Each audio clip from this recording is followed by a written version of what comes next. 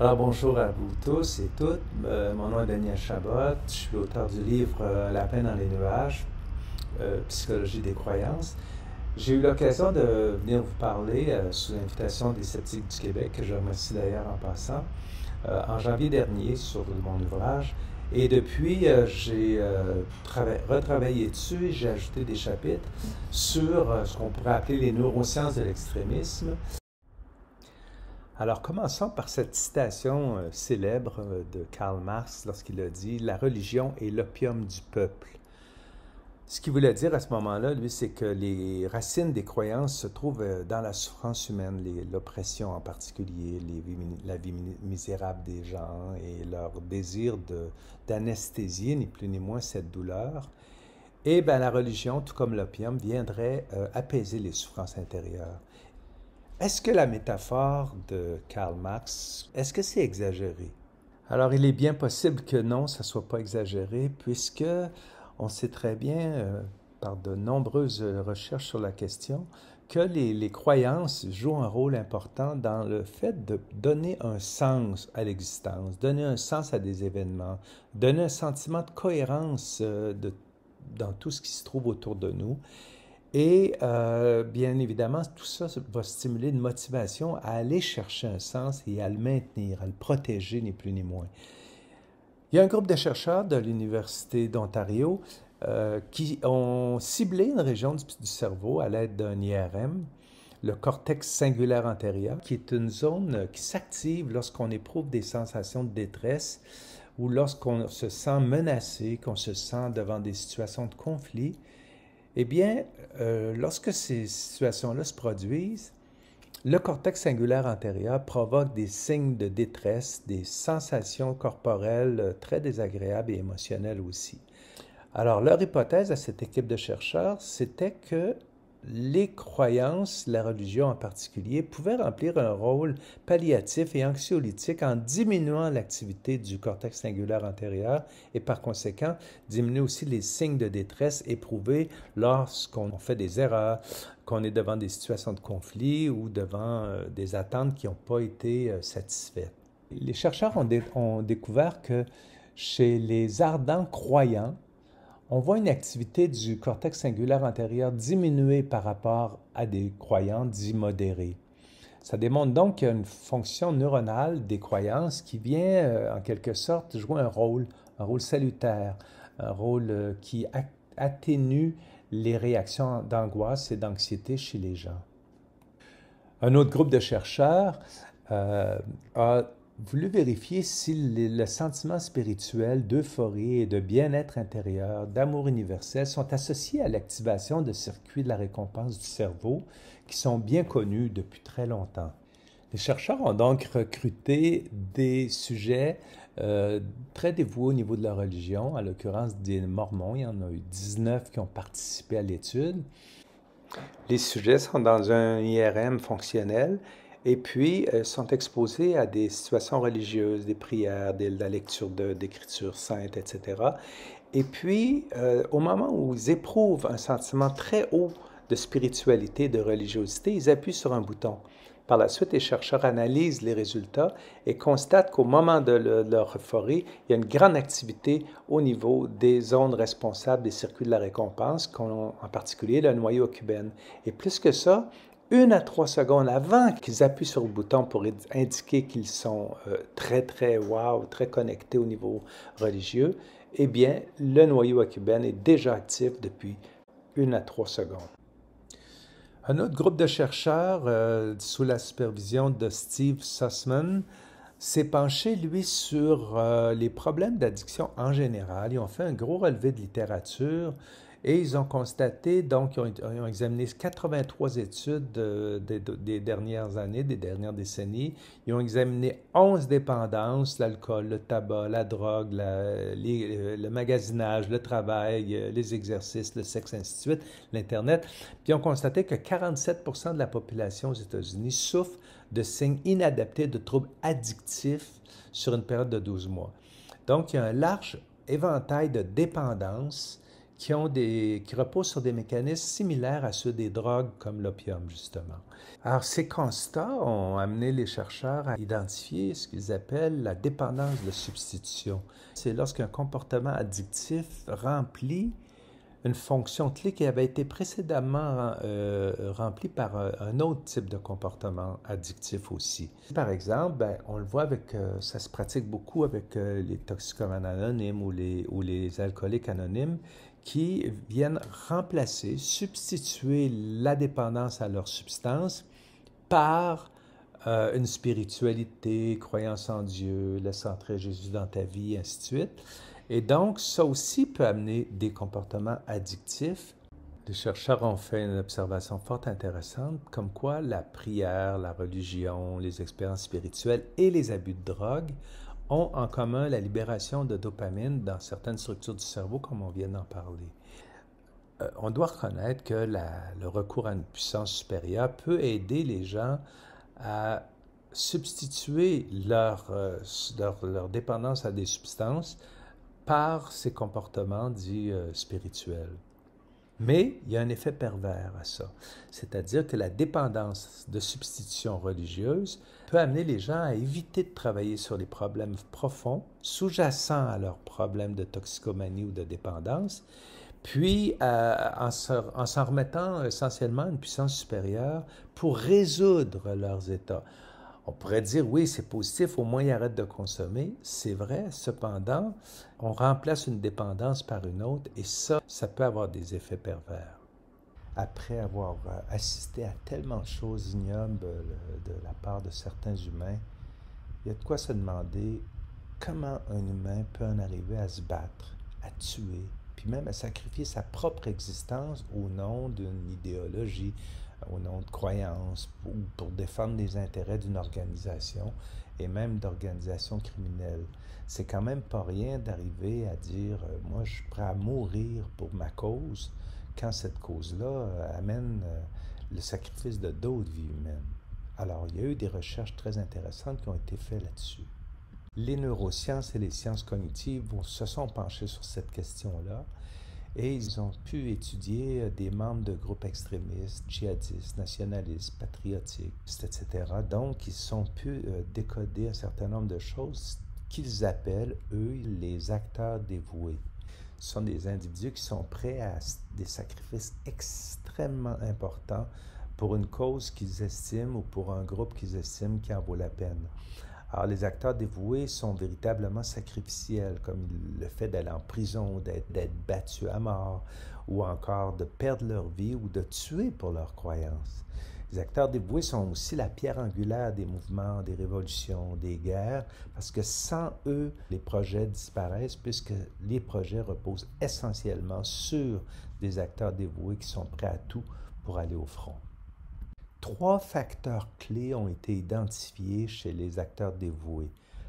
L'un de ceux-là, le premier, c'est les valeurs sacrées. Alors, ils ont des valeurs auxquelles ils tiennent, des valeurs morales absolues, non négociables, non monnayables. Ces valeurs ne sont pas uniquement religieuses ou spirituelles, mais ils peuvent être symboliques. Ça peut être du patriotisme, ça peut être une valeur comme la liberté, la démocratie, des lois quelconques, ça peut être l'argent, ça peut être le pouvoir, le dévouement à un chef charismatique. Le deuxième facteur, c'est la fusion identitaire. Il faut toujours bien comprendre que souvent ça se travaille en groupe, les individus se regroupent, créent des religions, créent des groupes révolutionnaires et ainsi de suite. Donc, ils vont devenir très attachés à ces membres, aux membres du groupe qui partagent les mêmes valeurs sacrées qu'eux. Et donc, ils vont éprouver un sentiment d'unité très, très fort qui va aller au-delà de ce qu'ils peuvent ressentir pour leur famille, pour leurs proches. Ça devient comme une priorité pour eux. Puis lorsque les valeurs sacrées sont violées, contestées, blasphémées, eh bien, les fidèles sont prêts à tout pour les défendre. Puis la fusion identitaire motive les individus à combattre toute menace, toute forme d'oppression et de blasphème, encore une fois, jusqu'à en sacrifier leur propre existence. Le troisième facteur clé, c'est la force spirituelle ou la force des croyances. Alors, ça concerne le degré de dévotion qu'ils ont à des idéaux abstraits et à des valeurs sacrées et même à leur fusion identitaire, comme on vient de le voir. D'une part, ça va contribuer à définir leur propre identité au groupe, leur propre groupe d'appartenance, qu'est-ce que je défends, pourquoi je le défends. Et puis, lorsqu'ils sont face à une opposition ou à des menaces, eh bien, ils vont estimer que leurs forces spirituelles, leurs valeurs sont supérieures à celles de l'ennemi. Et c'est ça qui va les transporter, même devant des gens armés, même devant des groupes ou des autorités braquées devant eux. Ils vont croire que leurs forces et leurs croyances sont suffisamment grandes pour combattre les ennemis qu'ils auront identifiés. Alors, ces trois facteurs clés ne sont pas sortis de nulle part. Une fois qu'ils ont été identifiés, on les a étudiés. Alors, dans un premier temps, je regroupe deux études. La première auprès de 329 sujets américains. Le but, c'était de vérifier si les personnes qui participent beaucoup à des rituels religieux sont plus enclines à considérer leurs préférences personnelles comme des valeurs sacrées. Le deuxième groupe, 60 Américains aussi, eux autres, ils ont voulu vérifier auprès d'eux qu'est-ce que ça évoque leur rappel de leur religiosité devant les valeurs sacrées puis devant leurs préférences personnelles. Alors, ce que les chercheurs ont fait, c'est qu'ils ont mesuré d'une part le niveau de religiosité des gens, des participants aux études, en regardant le nombre de leur fréquence de participation à des rituels religieux, le nombre de prières qu'ils font dans une journée, les visites à l'église, mosquée, les temples et tout ça. Puis on vérifié s'il y avait une corrélation entre ça et les valeurs sacrées et leurs préférences. Dans l'autre groupe, ce qu'on a fait, c'est qu'on leur a rappelé les rituels, on leur a fait repenser en quelque sorte à leur religiosité. Et puis, on a voulu voir si ça influence l'évaluation de leurs préférences.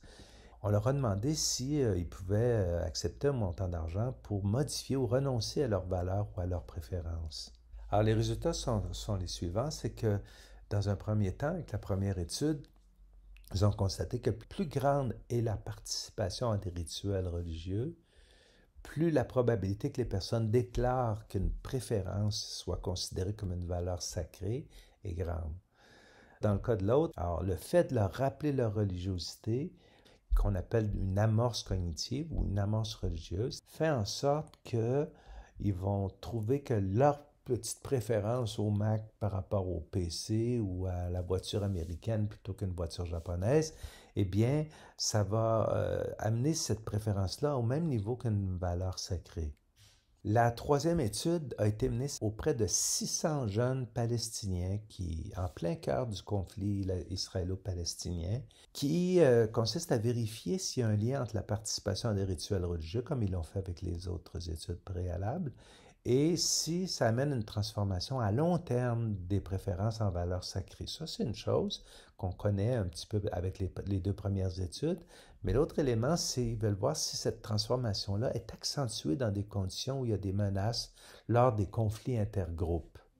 Les résultats vont dans le même sens que les deux premières études, à savoir que non seulement les rituels vont accentuer le passage de préférence en valeurs sacrées, mais aussi il y a une corrélation très forte entre la menace perçue par les jeunes Palestiniens et leur religiosité. Et bien évidemment, ça va avoir une incidence aussi sur l'estimation qu'ils vont avoir des valeurs. Alors, si on résume ces trois études, plus les individus participent à des rituels religieux, plus ils sont susceptibles de considérer leurs préférences comme des valeurs sacrées. Et puis, la perception d'une menace pour le groupe, par exemple dans des conflits intergroupes, a pour effet d'accentuer le lien entre la participation à des rituels religieux et le fait de considérer les valeurs qui sont contestées comme des valeurs sacrées. La menace va avoir effet d'accentuer la protection de ces valeurs-là, puis l'attachement à ces valeurs. Examinons maintenant ce que les neurosciences disent sur l'extrémisme, parce qu'il y a encore une fois des recherches très très intéressantes et très instructives ont été faites à ce sujet-là. Alors on rappelle, les valeurs sacrées sont des valeurs non négociables, c'est-à-dire que les acteurs dévoués résistent au compromis avec d'autres valeurs comme des valeurs économiques ou matérialistes. Puis, ils ont identifié aussi qu'il existe deux façons de traiter les choses en vertu de leurs valeurs. Premièrement, il y a le traitement dit déontique qui se définit par un rapport, une considération entre le bien et le mal des choses.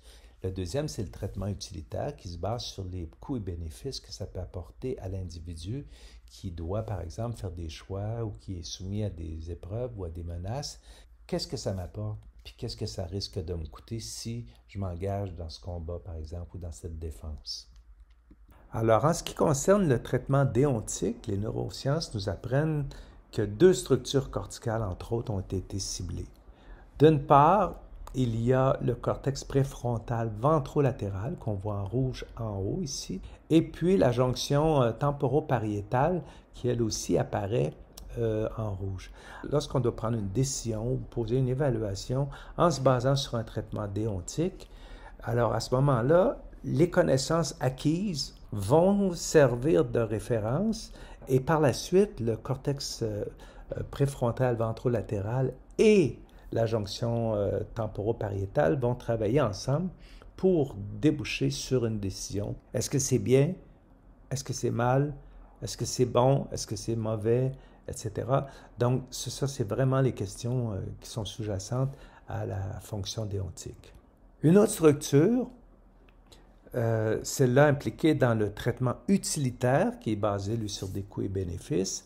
Alors, c'est le cortex préfrontal ventromédian, qu'on voit en rouge aussi, qui est situé comme sur la partie ventrale du cortex préfrontal. Quand une situation est évaluée ou qu'une décision est prise en fonction d'un processus utilitaire, les zones du cortex préfrontal ventrolatéral vont intervenir.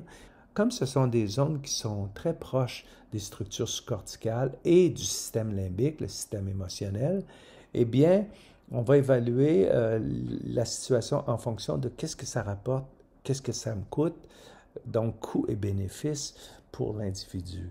Alors, l'équipe de Gregory Berns ont testé l'intégrité des sujets, c'est-à-dire la cohérence qu'ils ont entre leurs actions et leurs valeurs comme individus.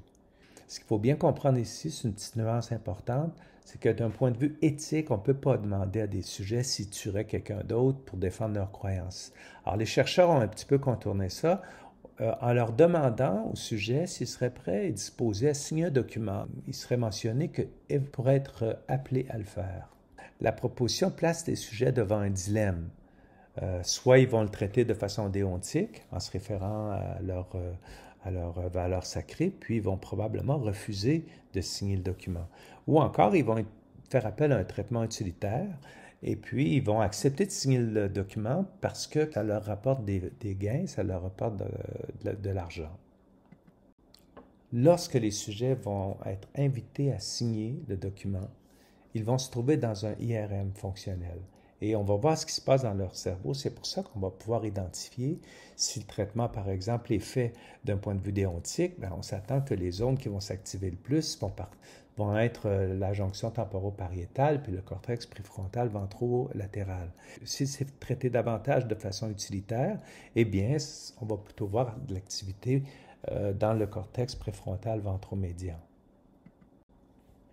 Alors, les résultats vont en grande partie dans le sens de l'hypothèse, c'est de savoir que ceux qui refusent de signer le document, même si on leur offre de l'argent, donc qui vont traiter la situation de façon déontique, eh bien, dans leur cas, on a bel et bien vu une plus grande activité au niveau préfrontal ventrolatéral et de la jonction temporopariétale, comme on le voit sur le schéma juste à côté.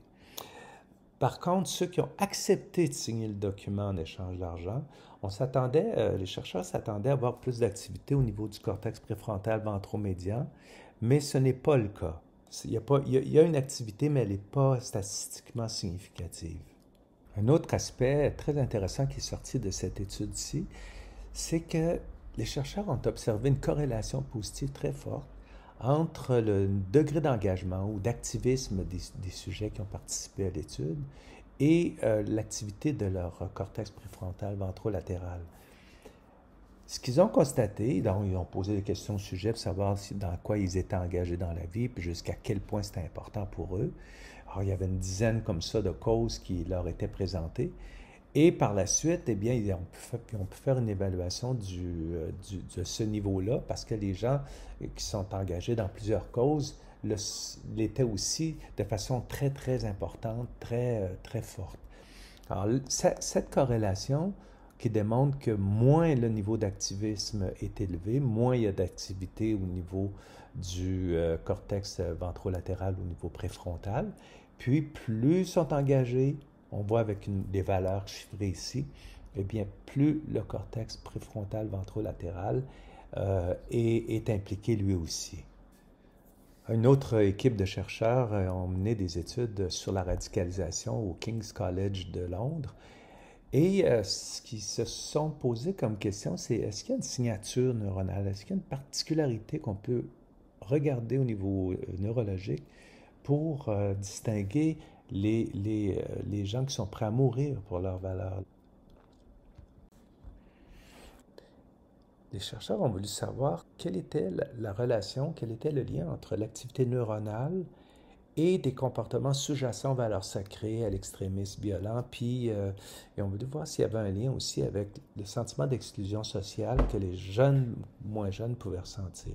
Ils ont pu recruter 38 jeunes Marocains engagés dans une cause djihadiste et dans le scanner de IRM fonctionnel, les participants ont été appelés à évaluer leur volonté de se battre et de mourir même pour des valeurs sacrées avant et après une manipulation dont je vais vous parler. Donc, il s'agit d'un jeu. Le jeu s'appelle le Cyberball, qui est conçu pour provoquer un sentiment d'inclusion ou d'exclusion sociale chez les sujets qui sont impliqués. Alors, voici comment ça fonctionne. On forme deux groupes au travers les 38 sujets qui ont été recrutés. Puis, tous vont participer à un jeu qui s'appelle le Cyberball, qui est un jeu avec des personnages virtuels. Le premier groupe, qu'on va appeler le groupe Inclusion sociale, et tout le monde fait des passes à tout le monde, donc il y a une belle collaboration. Là où le bas blesse, c'est pour le groupe 2, le groupe Exclusion sociale. Lorsqu'il jouait, eh bien, au départ, il fait une passe à un, puis les trois se mettent à se faire des passes uniquement entre eux et à exclure ce sujet-là. Alors, ce qu'ils ont fait, c'est qu'ils ont voulu voir par la suite, après avoir joué pendant assez longtemps, ils ont provoqué chez eux une certaine frustration. Ils se sont sentis exclus. Qu'est-ce que c'est ça? Pourquoi il ne faut pas de passe? Blablabla. Et là, par la suite, eh bien, ils leur ont demandé, toujours dans l'IRM, et ils ont demandé si ils avaient changé leur point de vue de se battre ou de mourir pour les valeurs sacrées ou non sacrées.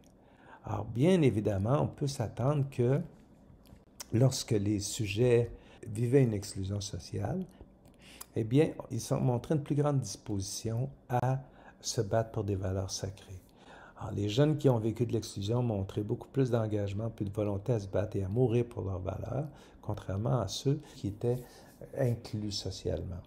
Ils ont aussi constaté une plus grande activité au niveau de l'amygdale. C'est une structure cérébrale sous-corticale qui joue un rôle très important dans les émotions. Donc, on voit ici qu'il y a une activité très forte dans cette zone-là lorsque les sujets ont été frustrés par l'exclusion sociale. Autre chose intéressante qu'ils ont observé, lorsque les sujets qui vivent une exclusion sociale sont examinés, on constate que lorsqu'on les compare avec les autres, les sujets qui ont été inclus, eh bien, l'activité est plus élevée dans le cortex préfrontal ventrolatéral dans les conditions de sacré et non sacré. Et puis, il y a même une différence au niveau du cortex préfrontal ventrolatéral plus importante dans le groupe inclus que pour le groupe d'exclusion sociale. L'exclusion sociale devient donc un facteur très important dans l'approbation du djihadisme militant, puis la consolidation des valeurs sacrées. Les chercheurs en arrivent à la conclusion que oui, c'est intéressant de constater ça, mais qu'est-ce qu'on fait quand vient le temps de faire de la prévention? Eh bien, on devrait tenir vraiment plus compte de ce côté rejeté socialement, de marginalisation aussi, dans les politiques de prévention. Parce que si les jeunes sont attirés vers des groupes extrémistes, d'une part, et si d'autre part, ils ne se sentent pas acceptés dans la société dans laquelle ils vivent, à différents niveaux, dans la vraie vie, c'est l'école, c'est les sports, c'est les groupes sociaux. Donc, dans le cadre de la prévention, il faut s'assurer qu'ils ne se sentent pas exclus nulle part, mais au contraire, si c'est le cas, eh bien, c'est là-dessus qu'il faut peut-être intervenir en priorité. On sait que les acteurs dévoués sont impliqués dans les conflits violents et ils se rattachent beaucoup à des valeurs sacrées. puis semble insensible aux compromis, aux avantages, par exemple, réduction de peine de prison ou pas d'amende. Alors, le but, c'est de clarifier quelques questions. Dans quelle mesure les décisions coûteuses, motivées par des valeurs sacrées, sont influencées par des évaluations coût-bénéfice chez les individus radicalisés? Ils ne donnent pas l'impression qu'ils le sont, mais est-ce qu'il y a quelque chose qui existe de ce point de vue-là? Ils veulent identifier si les valeurs sacrées et les valeurs non sacrées sont traitées dans des zones différentes du cerveau ou similaires, et puis ils veulent déterminer comment moduler l'engagement envers les valeurs par des facteurs qui pourraient affecter différemment les valeurs sacrées et non sacrées, et identifier justement les signaux neurocognitifs qui interviennent dans ce contexte-là. Alors, ils sont donc parvenus à recruter une trentaine de jeunes hommes. Ce sont des jeunes Pakistanais qui appartiennent à un groupe radicalisé armé qui soutient des combats au Cachemire et qui sont reliés à Al-Qaïda. Eh bien, dans le cadre de cette recherche, les chercheurs ont identifié une troisième zone importante impliquée dans le traitement des valeurs sacrées. C'est le cortex préfrontal dorsolatéral qu'on voit ici en rouge. Hein? Rappelez-vous donc le ventromédian qu'on avait identifié comme utilitaire et le cortex préfrontal ventrolatéral qui, lui, est impliqué dans les traitements déontiques.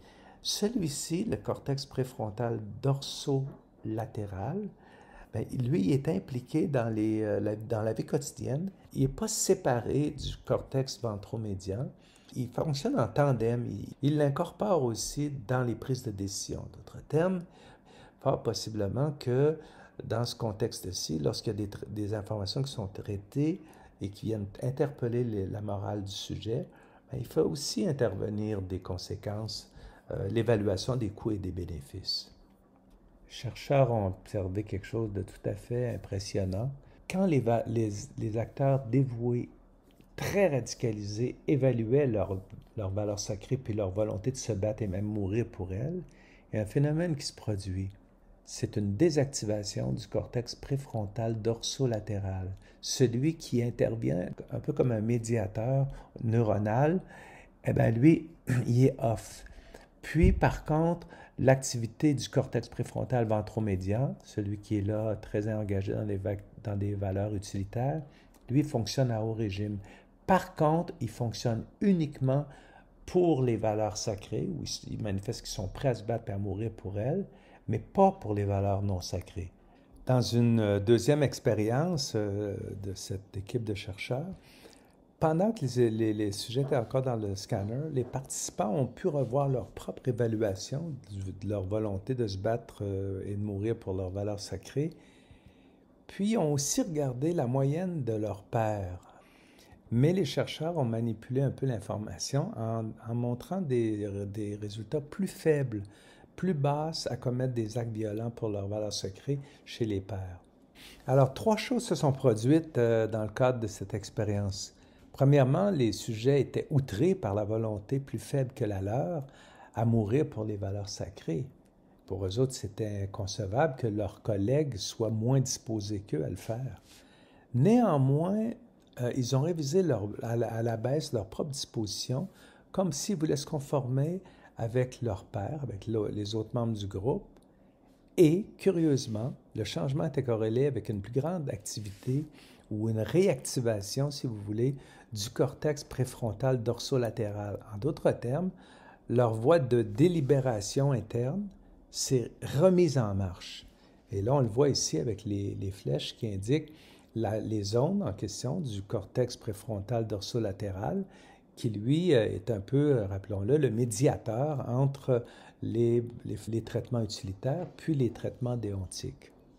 Alors ça, c'est très fort parce que la zone qui se désactive à la base, parce qu'on est prêt à tout pour mourir, pour nos valeurs, on est prêt à mourir, à se battre, même à tuer. Tout à coup, il se rend compte que les autres sont peut-être pas aussi engagés que lui.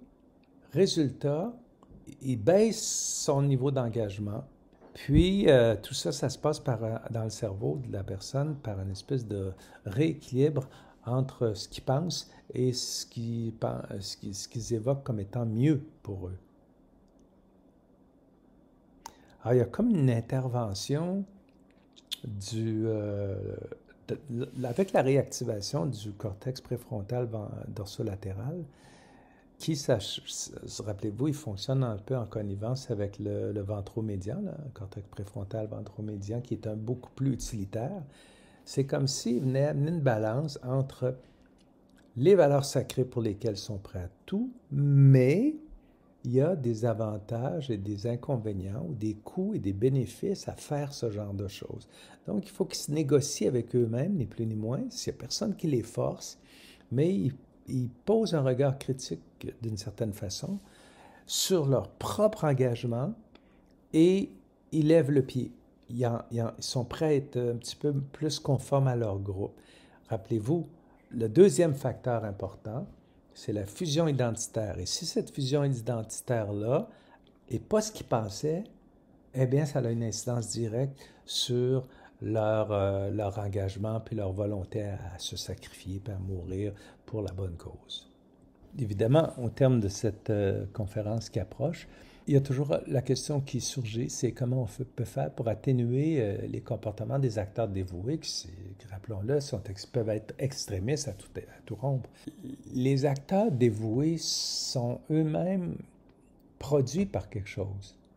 Et les chercheurs, Nafi Hamid en particulier, dit dans un article que Donald Trump crée ses propres acteurs en appliquant les mêmes principes que ceux qu'on retrouve dans les mouvements extrémistes. Au lendemain de l'assaut du Capitole en 2020, il a tweeté sur les réseaux sociaux « Voilà le genre de choses et d'événements qui se produisent lorsqu'une victoire électorale écrasante et sacrée est brutalement retirée à ces grands patriotes qui ont été aussi mal et injustement traités pendant aussi longtemps. » Voyez-vous, il fait appel à des notions sacrées, il fait appel à des valeurs comme le patriotisme, comme la justice qui a été maltraitée dans le contexte.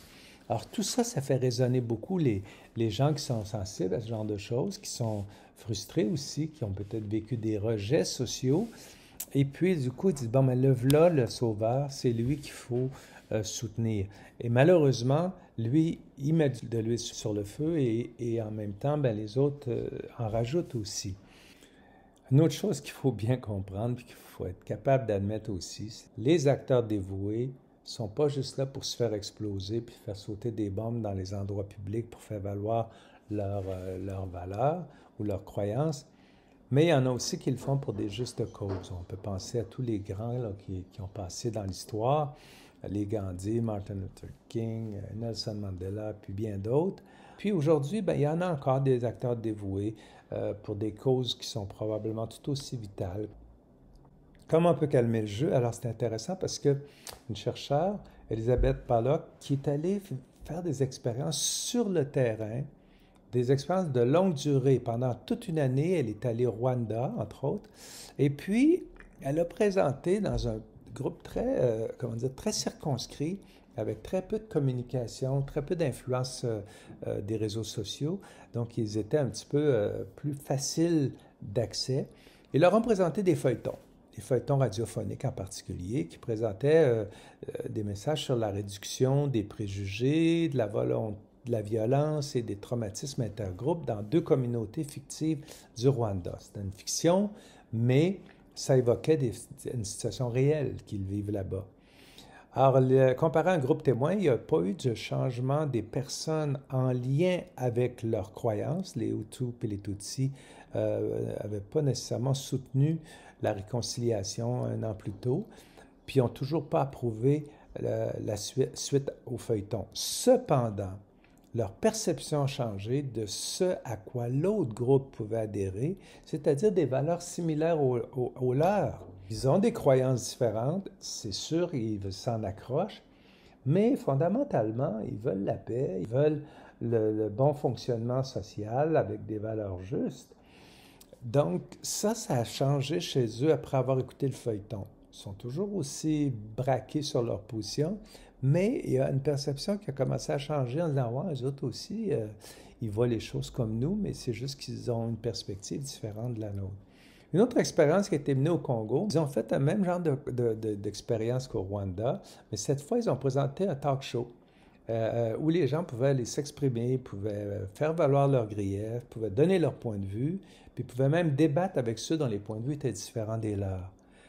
Alors, comparé au groupe témoin, les auditeurs qui ont participé au talk show étaient plus intolérants après qu'avant. Alors, ça a duré plusieurs semaines, ces discussions-là, plus centrés sur leurs griefs, puis moins enclins à aider l'autre communauté à atteindre ses objectifs. Donc, dans tous les cas, les débats radiophoniques, ça aurait pu être sur d'autres plateformes, ont guère changé les convictions personnelles des auditeurs. Au contraire, ils se sont encore plus radicalisés. Alors, tout le monde se demande comment on peut faire pour diminuer cette radicalisation et ces comportements extrémistes qui poussent des gens à commettre des actes épouvantables pour faire valoir leurs croyances, pour faire valoir leurs valeurs. Alors, les chercheurs dont on a parlé ici ont émis des réflexions que je vais vous laisser découvrir à votre rythme.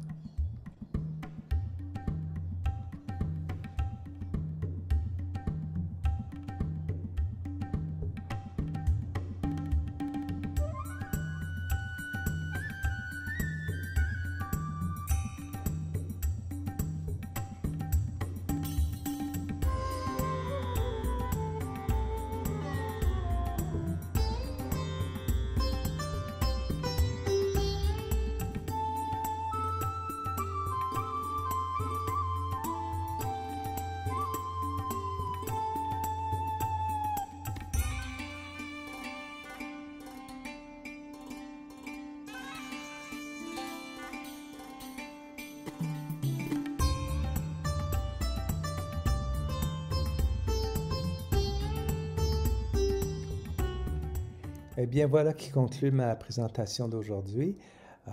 J'espère que ça vous a plu. Je remercie évidemment les Sceptiques du Québec de leur invitation. J'espère qu'on aura l'occasion d'en avoir d'autres discussions de ce type-là. Et puis, si vous êtes intéressé par mon livre, La peine dans les nuages, Psychologie des croyances, il devrait être disponible d'ici peu. Au moment où je vous parle, on est le 27 novembre et il devrait arriver là au Québec d'une semaine à l'autre. Il est déjà disponible en France, donc vous pouvez peut-être le commander sur les réseaux sociaux. Alors, merci beaucoup et au plaisir de vous reparler éventuellement.